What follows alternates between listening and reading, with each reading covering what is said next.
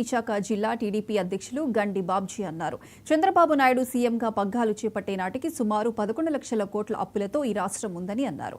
కేంద్ర ప్రభుత్వ సహకారంతో రాష్ట్ర అభివృద్ధికి చంద్రబాబు కృషి చేస్తున్నారని కొనియాడారు. అభివృద్ధి చెందాలని ఒక విజన్తో పనిచేసిన నాయకుడు ఎవరైనా ఉన్నారంటే చంద్రబాబు నాయుడు గారే. మరి ఆయన అప్పుడు విజన్ 2020 అని చెప్పి ఉమ్మడి రాష్ట్రంగా మనం అందరం ఉన్నప్పుడు హైదరాబాద్లో ఇవాళ ఏదైతే సుమారు 20 లక్షల మంది ఐటీ ఎంప్లాయీస్ పనిచేస్తున్నారో దానికి కారకులు ముఖ్యమంత్రి చంద్రబాబు నాయుడు గారు. మరి ఆయన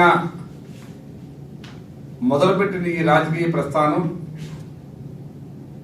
నేటికి కూడా రాష్ట్రంలో ఎన్నో మార్పులు తీసుకొచ్చి ఇవాళ ఎంతో అభివృద్ధి దిశగా తీసుకెళ్తున్న సమయంలో 1924 మధ్యలో ఒక రాక్షస పరిపాలన జరిగి ఏదైతే చంద్రబాబు నాయుడు గారు ఊహించిన పరిపాలన అభివృద్ధి ఉందో అవన్నీ కూడా ఒక్కసారిగా కుప్పకూలిపోయి ఈ రాష్ట్రం యొక్క అభివృద్ధి కుంటుపడిపోయింది.